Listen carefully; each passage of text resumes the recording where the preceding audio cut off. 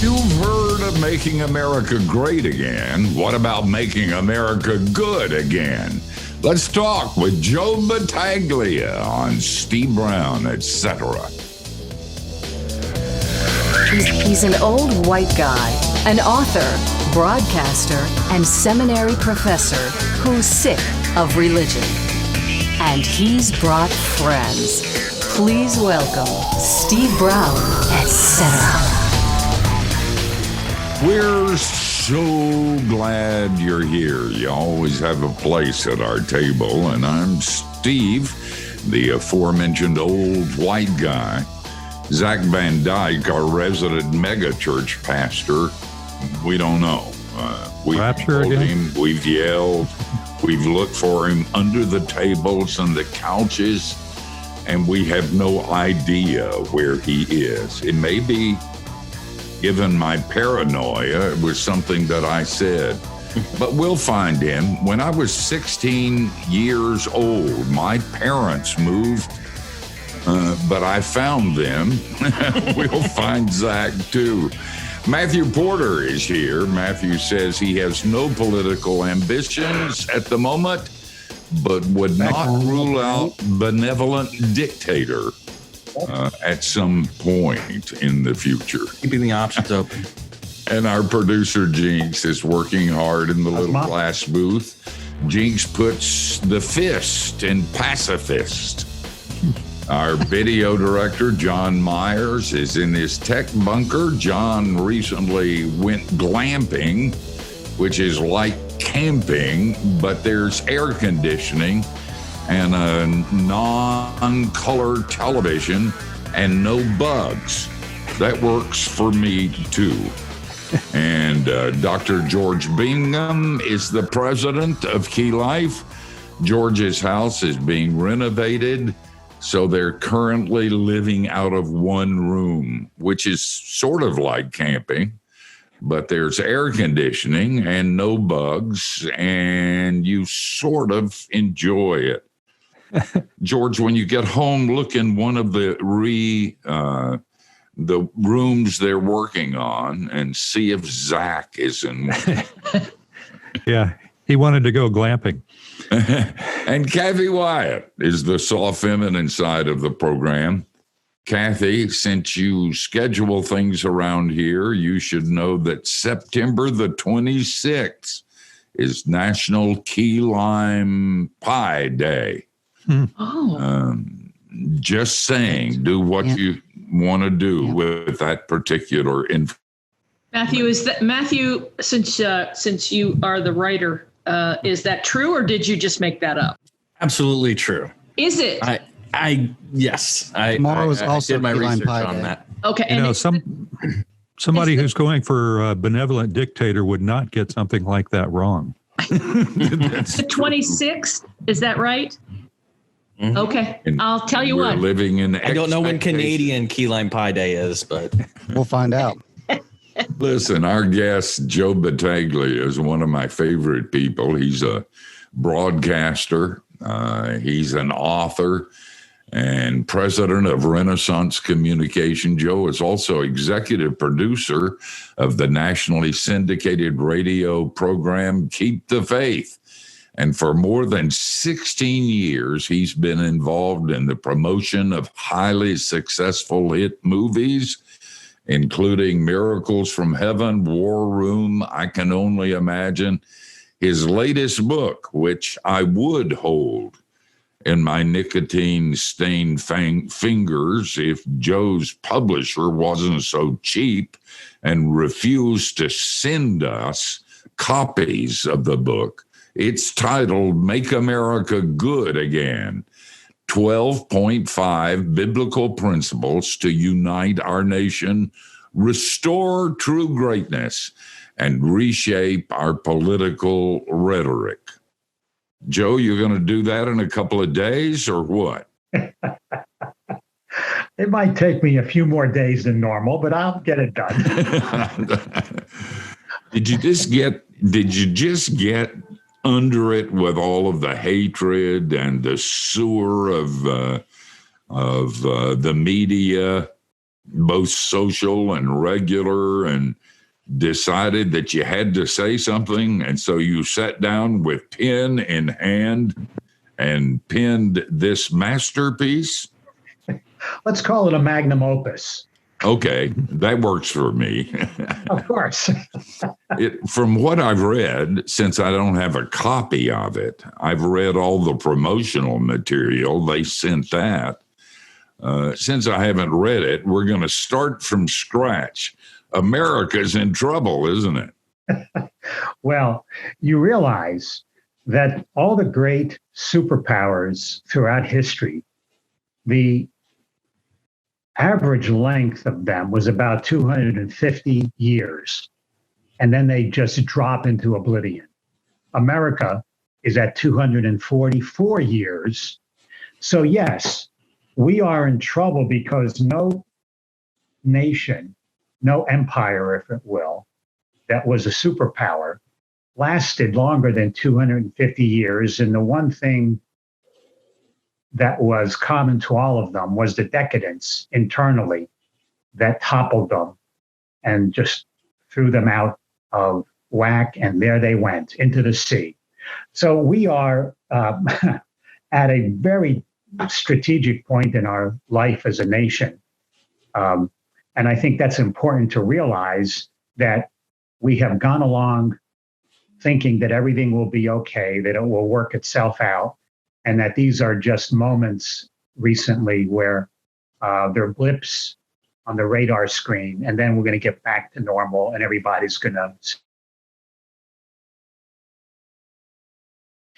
And so the reason I kind of wrote the book was that understanding this and understanding that greatness is about achievement, while goodness is about character. We have lost the character of our nation. And I think that's the thing I really wanted to write the book about. And basically, I took the title from the ill-attributed quote of Alexis de Tocqueville that people often say he penned in his Democracy in America 2-volume set, which is wonderful about the history of America from the 1830s, his perspective. And, it's a long quote and I won't go through it, but the end of it says that it wasn't until he went into the pulpits of America aflame with righteousness did he understand what made America great. And America was great because she was good. If she ever ceased to be good, she'd cease to be great. And that's where we are today. And of course, I always use Jesus as the model for any goodness and greatness for that sake. And so we rise above all the political nonsense that we see around us by both parties. And I say, here's what truly makes America good again. We need to resemble the kind of people that Christ asks us to be. And that will help restart us, reset us, and go from there. So I offer some thoughts about that. So there you go. We're going to get to those thoughts. Do you have some comments on where we went south, how we lost this? There are those who say we were never that good. I'm not one of them. I think we've lost something really important. And how did that happen? I turned around and it was dark, and I don't even know how it turned dark. Well, I like to say that when we were asleep, someone changed the signposts. Yeah. And we just said, what happened? Well, I think there are a variety of things. I make the case in the book that when you lose your moral compass, you lose your common sense, number one. So the decline of biblical signposts that often were the things that gave us a direction in life, gave us that moral compass, they were eliminated one by one. And so people begin to lose sight of where they're going. And we all shake our heads at the seemingly nonsensical ways that people act today. And you sit and you say, what in the world are they thinking? It just doesn't make any sense, like defunding the police or a number of other things that people are coming up with. And the way I look at it is, it's a very natural way for people to think if they no longer have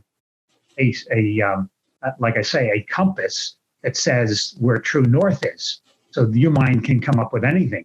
The enemy is the ultimate liar and deceiver, and he has to come up with things that counterfeit anything that makes sense and that is good, because that comes from God's hand.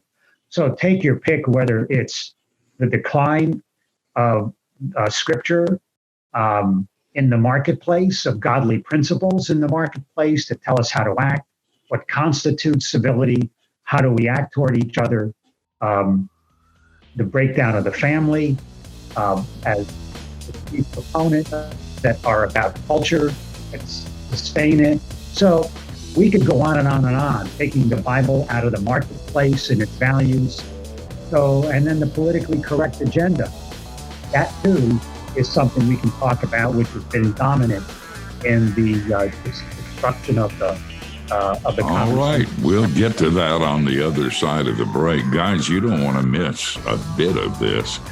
There was a time when we all did bad and knew it. Now we do bad and don't even know it. Maybe that's the problem.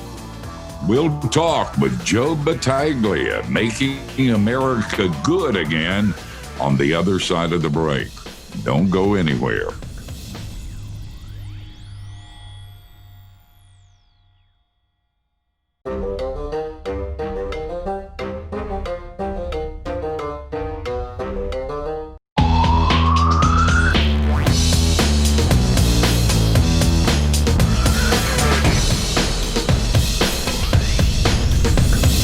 Hey, thanks for joining us on Steve Brown, etc. We're talking to author, broadcaster, and media Mongol, Joe Battaglia. His new book is called Make America Good Again, 12.5 Biblical Principles to Unite Our Nation, Restore True Greatness, and Reshape Our Political Rhetoric. Joe, you have a background that's kind of diverse that plays into some of the things that you say. Talk about that a little bit. Well, the broadcast background, the author background. You're Italian. Your name obviously didn't come from the mountains of North Carolina. No, not at all. Well, the reality of as an immigrant, basically, my parents, came here, and I'm the son of immigrants, so I understand the immigrant mentality.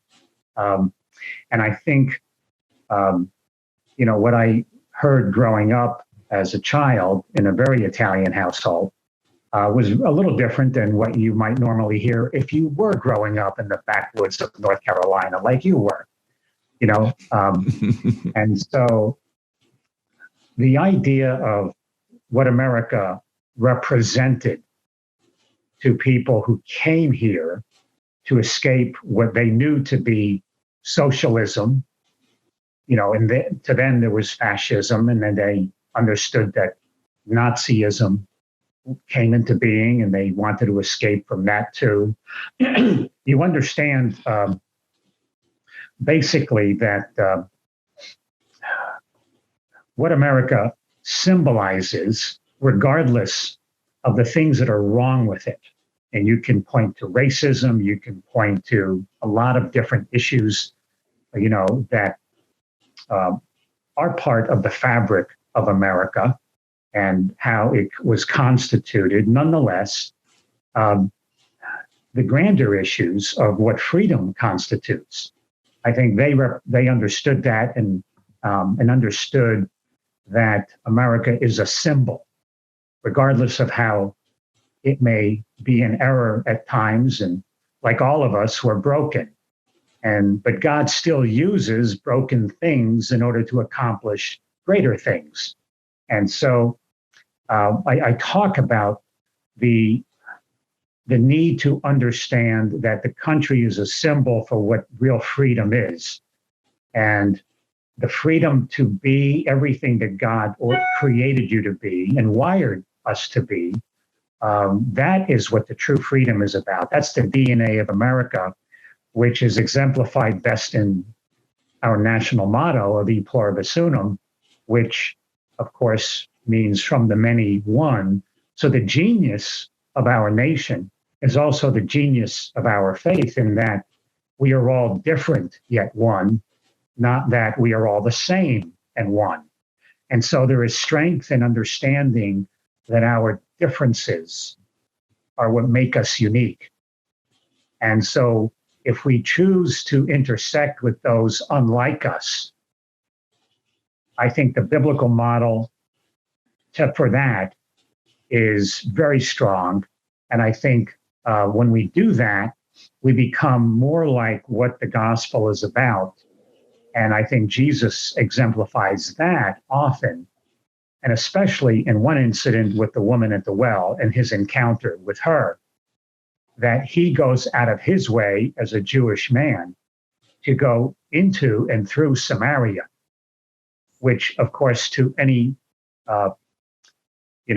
real Jew, they would never do that, because that was the land of the half-breeds, and you wouldn't want to go through that. And particularly as a Jewish man, you wouldn't want to be talking to a Samaritan woman. And so what happens when Jesus does that and shows us that when we go out of our way to be with people unlike us, and they then will then go out of their way to tell people about us, as the woman did, who may have been the first evangelist after she met Jesus. And so I think it's important that we realize that the more we understand who Jesus is, and the more we understand how we are to intersect with others unlike us, the more people will look like a brother and less like an enemy. And I think part of the culture today that we see around us is full of hatred and full of a lack of civility and all this rudeness and crudeness and so forth, and all the rhetoric that is around. If we understood that Jesus calls us to a higher model, for sure, because ultimately that is what's going to change hearts, and that's what's going to change the marketplace and the things that are wrong in our culture, in our society. And when you remove the gospel and the words of Christ from the marketplace, you are systematically removing the very thing that everybody wants to have happen, which is kindness and gentleness and understanding and relationships between people as solid and brotherly, regardless of color, ethnicity, race, and so forth. So we actually are a culture that has climbed up the tree and climbed onto a limb that we think is safe, and then are cutting the limb out in front of us. And the obvious thing that's going to happen is that we're going to fall. So we've eliminated the very thing we want.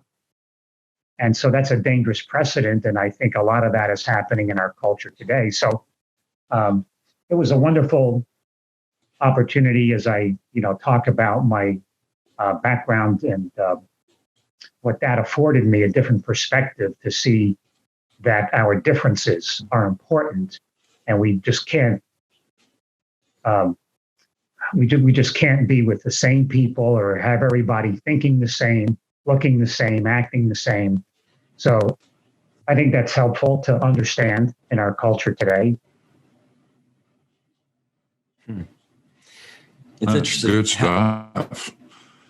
Yeah, how it's such a great example of how culturally transgressive Jesus was at that time, and what was this outrageous thing he did? He showed kindness. He showed love.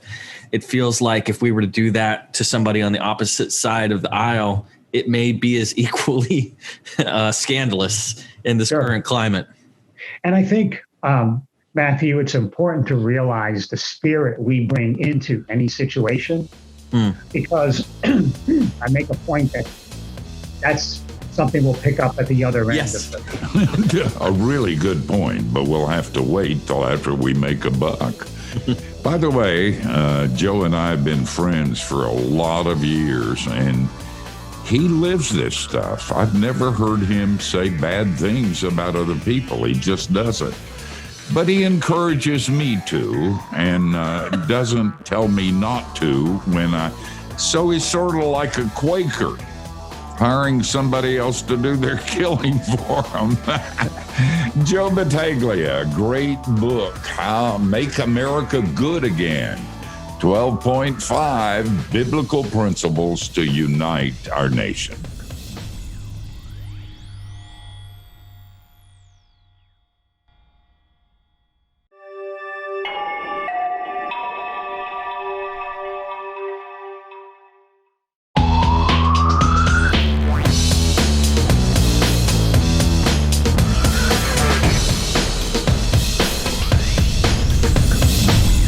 Hey, we're so glad you're with us. We're talking with Joe Battaglia. You can keep up with him at Joe Battaglia, and Battaglia is spelled BATTAGLIA.com. And be sure and follow him on Twitter at Joe Battaglia 2. Joe, before the break, you gave this great example of, what does it look like to build these bridges, and of course, the example is Jesus, and the great example is talking to the woman at the well, which completely went counter to cultural norms. And it's such an interesting thing because it feels like so many years later, if we were to do the same thing, if we were to have a conversation with somebody who has an opposite view of us, in this heightened, emotionally charged political climate that we're in, it feels like that might be an equally revolutionary kind of act. What are your thoughts on that? Sure. Well, I have a feeling and a saying that the spirit that we bring into any situation is the same one which is received at the other end by the person consuming that. So I, as a believer, as a Christ follower, if I bring a true spirit of acceptance, love, reconciliation, desire for my heart to reach into theirs, their spirit will receive that and sense it. And I think that's why things like art, music, paintings, I really believe in a mystical way somehow that those who create, when they do that, they infuse a spirit into the very DNA of that art or that thought or that speech. And that is communicated to the person at the other end who receives it. I don't think we understand how truly important that is. And I think Jesus tells us, and I think Paul, as he asks us to test spirits, right? I think it's important that we realize that the spirit I must come to, another person, another incident, another situation, is going to either inflame, antagonize, or possibly mollify the situation. And so I think that's an important thing for us to understand, and why those of us in the church have a hard time sometimes because we think we have absolute truth. We can wield it in a way that is non-loving, judgmental, and all the rest of the stuff. The problem with judgment and lack of forgiveness is that it is not ours to wield. That's why forgiveness is such an important topic in Scripture, in that when we seek to hold forgiveness and we seek to judge, we usurp the prerogative of God. It is not ours to take. And I think, though, that's an important thing that we have to realize. And I think people have seen too much of that. And as my good friend Steve Brown once said, that I think Tony Campolo told him, is that when we exhibit all this righteousness and it's not born with tears, it's merely arrogance. And so I use that often because I think that's an important thing, that people have seen too much righteousness and judgment and too few tears. And maybe we need to get back to how Jesus modeled relationships and communication rather than what people see. And I think sometimes that will help a situation. Jeffy? Joe, this doesn't really, well, it sort of does. You, in the beginning, you were talking about some of the distinctive things that, as far as 250 years and we're at 244, and the things that make the United States unique and different and that kind of thing. And I'm just curious what your reaction is in the midst of all that we're dealing with right now. Both sides, and we're not going to get political, but both sides of the fence now are saying that this is the most important election. Some are saying in, the modern era, whatever that is. Some are saying in the history of our country. I mean, it gets all kinds of different things that are expanded on that. Given what's going on, given the state of our country, do you think, is this the most important election ever? Well, I am hard pressed, excuse me, to say that this is the most. I can't say that, but I think this. We have seen things change so dramatically in the last year, from the country we knew to a lot of things that just don't make sense. I mean, we have seen entire cities taken over and nothing being done about it. So let's pick that up later, because that's an important thing to talk about. Yep. It really is. And the person we're talking to is Joe Battaglia. Joe's book is titled Make America Good Again, 12.5 Biblical Principles to Unite Our Nation, Restore True Greatness, and Reshape Our Political Rhetoric. We're going to rest up because this is really hard work. And then we're, like Jesus, going to come back. Again, Joe Battaglia, his book, Make America Good Again, the way Christians are good, so everybody can be just like us.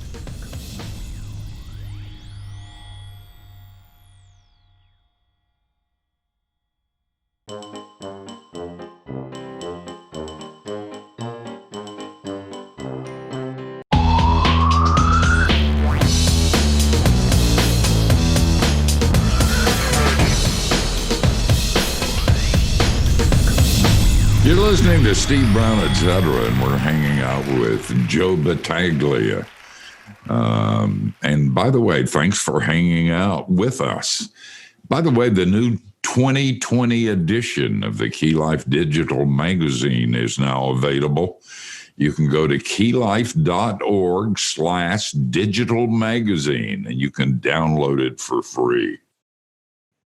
Joe, right before the break, when we got cut off, I asked you about this election, and without being political, although some in our midst would not have any problem at all with expressing their political views, without doing that, it seems to me that on both sides, they're telling us that this is an incredibly significant election coming up. Some people are saying the most important one ever, but at the very least, it's one of the most crucial.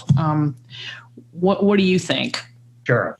Well, I think certainly it is maybe one of the most important we've had in generations, simply because it's not just a decision between one party or another. It's not just liberal versus conservative, the way you spend your money, budgets, things like that. It has to do with a reshaping of the entire cultural face of the country as we see what's going on. things that are so radically different than what we have been used to.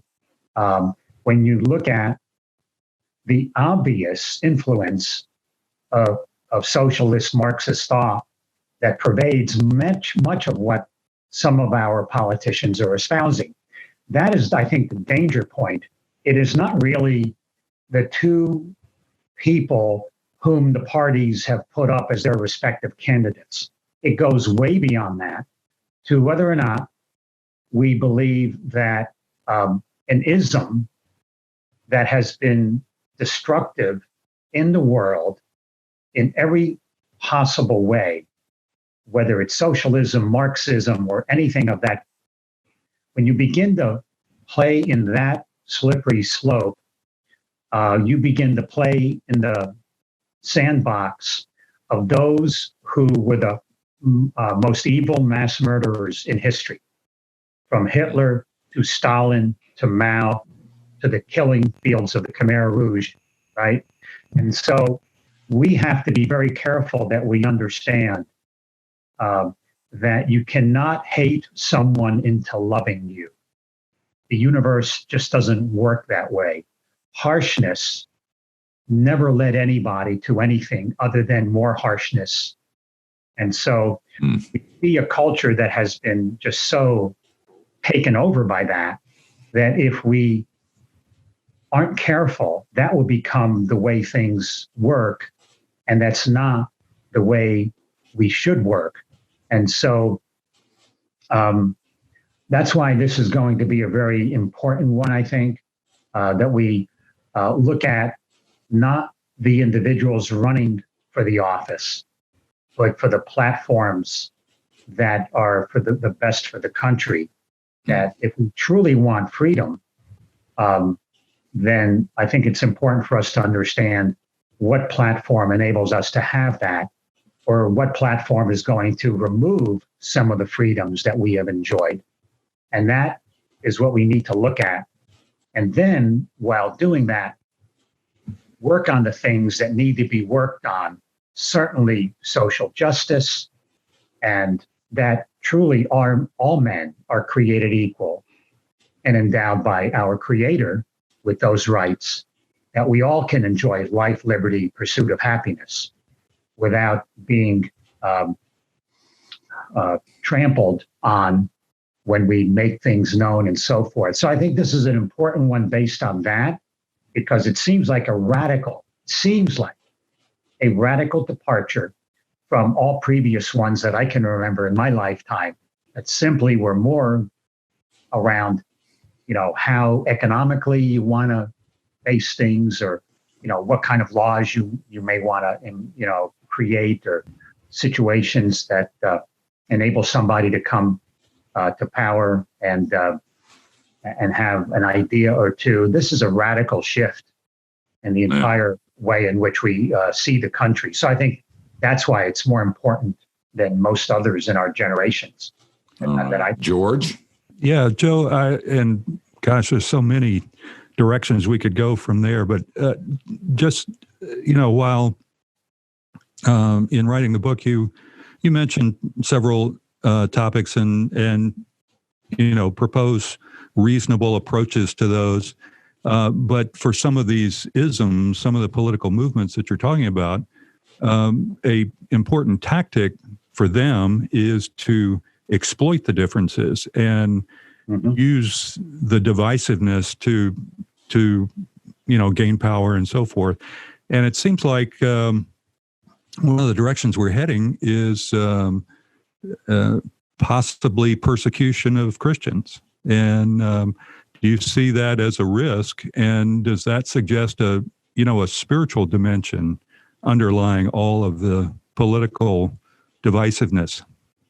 Well, I think everything is a spiritual dimension to begin with. So that's why, I talk about the spirit behind the politically correct movement, which is to create divisiveness and to create dissension and division. And so I think anytime you see something that wants to create that kind of spirit in our country and relationship between people, I think we need to step back and be suspect of it, because that is not the biblical model. That is not the model that Jesus brings to us. And so this is one way to tell whether or not it's the Holy Spirit enabling people or a spirit contrary to the Holy Spirit, which is the enemy, the demonic spirit, because the whole point is to create division. And so when you see that, you're already suspect. And so Jesus talks about unity. His high priestly prayer, he could have asked anything of the Father for his disciples. And the one thing he does is ask about unity. So there's something really strong in a unified group of people doing something together. And that's what has made our country strong, is that we have unity through diversity. Now the thing is to have division through diversity, totally opposite. So that's why I'm saying it's a restructuring of the ethos of our country. And we have to become very suspect of that. And to me, this is all spiritual. It starts in the heart of those who really, want to break things down and destroy rather than build up. We've been talking to Joe Battaglia, and the title of his book is Make America Good Again. And there's so much more to it than we were able to discuss. So get it, discuss it in your church, in your small groups, and pass it along to other people. This is good stuff, hard stuff, honest stuff, true stuff, but so very important. Joe, thanks for taking your time out of a busy schedule and spending it with us. You can say goodbye, Joe. Oh, goodbye, Joe. Guys, Thanks, see you guys. in a bit.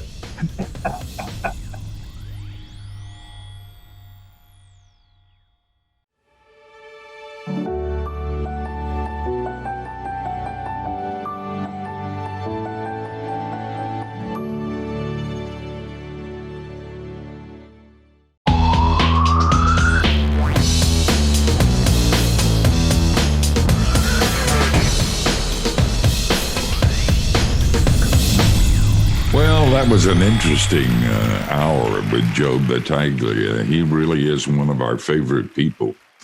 And I think we went a little bit more political than we usually do, but not nearly as political as we want to do. And probably you're observing an amazing bit of discipline by the fact that we don't.